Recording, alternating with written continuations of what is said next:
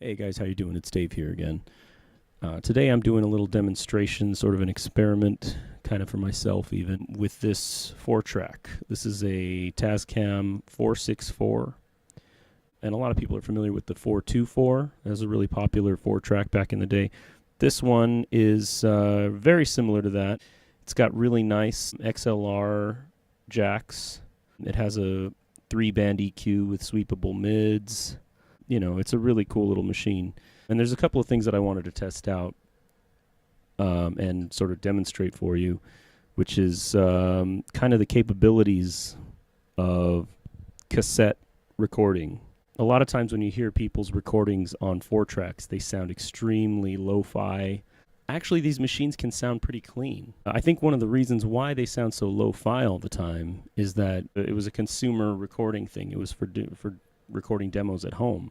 And most of the people that had them, you know, they didn't have access to really high-end recording gear. They might have a couple of mics that they plug straight into the machine, you know, no preamps or compressors or anything like that, no effects. You know, it was very simple, straightforward recording, which is kind of the appeal of these things.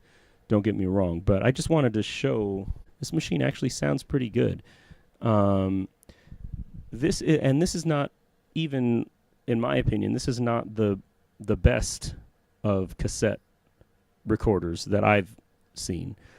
There's another machine that I want to show you in a different video, which is actually an 8-track recorder, not 8-track cassettes like the big old cartridges. I'm talking about a normal compact cassette, but it records on 8 tracks, which is splitting that tape into tiny little pieces. But honestly, that machine is the best sounding cassette machine I've ever used. Now, this is a 4-track, so you've got more tape width, and it sounds really, really good. So what I have here today is just some quick recordings I just did with a fully mic'd drum kit. I've got a 4-piece kit here with just one cymbal and a hi-hat. And I've got the tom, this mounted tom, mic'd up with a Sennheiser 421. I've got an RE20, the one that I usually speak into. I've got that on my floor tom. I've got a similar mic. It's almost supposed to be the same mic, really, as the RE20, but it's called the PL20, and that's what I've got micing up the kick. I've got an SM57 on the snare. It's one of the Unidyne 3 SM57, so it's an old one. And I've got just a mono overhead. It's a what is it even? It's an Audio Technica Pro 37 small diaphragm condenser. So I've got a 4-piece kit, I've got one mic on each drum, and I've got a mono condenser overhead. So I've got 4 different little segments that I recorded, just, you know, banging away on the drums. So I did 4 segments because I wanted to have mono and stereo. So I think the first 2 mixes you're going to hear are stereo. So you're going to have the toms panned left and right. Everything else centered. And the second 2 are going to be in mono. So everything panned up the middle. And the other difference between these takes is going to be the Dolby noise reduction, DBX. I've heard a lot of people recommend not using it. I have just always used it, to be honest. I think there's a few times that I've had it off, and I don't know why, but I just turned it off, and I'm always surprised that it actually sounds fine without the noise reduction. But I'll show you kind of the sort of what that does to the sound. So you're going to hear it with and without noise reduction. What I'm going to do, just like I did with my other 4-track video, is I'm running into a mono line right now. So you're not going to be able to hear the stereo on this video. I'm going to be talking over it anyway. So what I'm going to do is I'm going to post this as one video, which is kind of just me explaining what's going on. And then in the next video, it'll just be the audio that I recorded from the 4-track, mixed down in full stereo, in high quality. Okay, so now I'm playing the first take, which is this is the stereo take without the noise reduction. Okay, so this is just.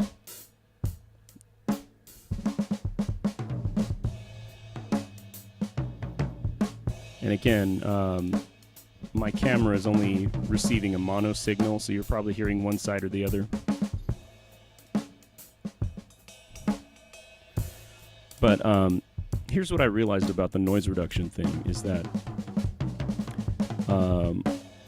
the way that it works is that it's kind of playing with your dynamics. Whenever there's like a quiet part where you can hear the noise more, it fades that down.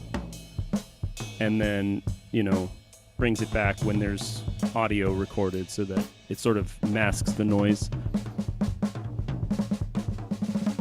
So it's playing with your dynamics. And I fed into this machine pretty hot.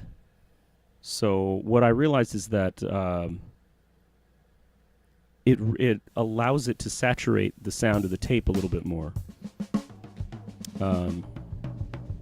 I mean, it saturates the tape a little bit more. It drives the pre's a little harder or something. Or, you know, I'm not sure which it is, actually. If anyone knows, let me know in the comments. So right now you're hearing the stereo with noise reduction. Okay, it's definitely cleaner. It doesn't quite have the vibe that the other one had.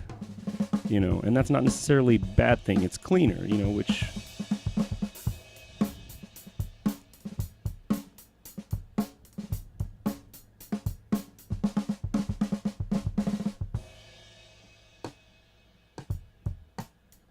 by the way, I did have some EQ and compression on the individual channels. The way I did this was I mic'd up all the drums, ran them into my Yamaha mixer, which you can kind of see over there. And I EQ'd each one, soloed it, EQ'd it, heard it mixed, and then I sent it into the machine. So yeah, the snare's very compressed, the kick is compressed, I believe the toms are compressed a little. Yeah. Okay, so that was stereo with DBX. Now you're going to hear mono with DBX. And by the way, there is some noise. I have an air conditioner running, so it picks up louder than you would expect. And it's also on the recording, too. I had it playing when I was recording, or I had the air going when I was recording.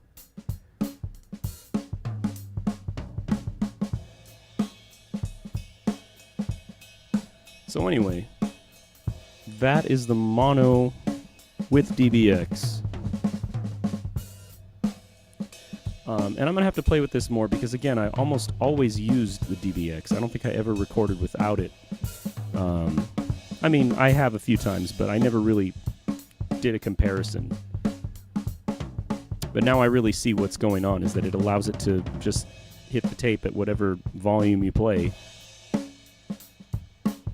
It's just more natural without it, but it sounds cleaner with it. So, you know, you tell me, what do you think sounds better?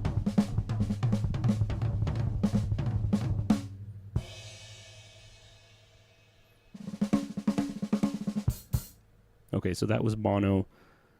That was mono with the DBX, and now this is the last one. This is mono with no DBX.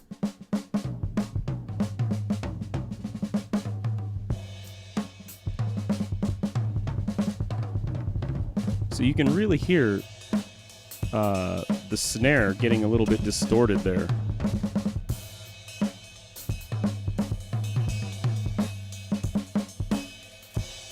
And then when I do... Yeah, when I do a really busy tom fill...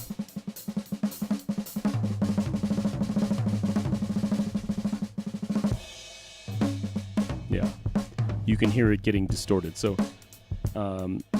that might be something to play with if I maybe record it again, do some more playing with different gain settings.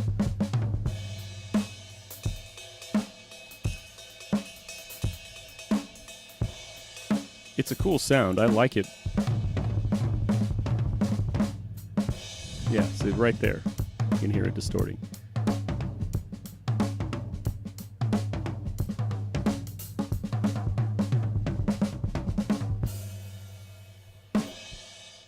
All right, so that's it.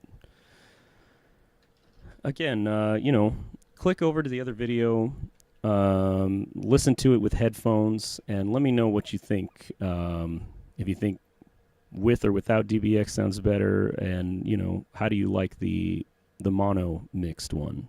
I kind of like the sound of it.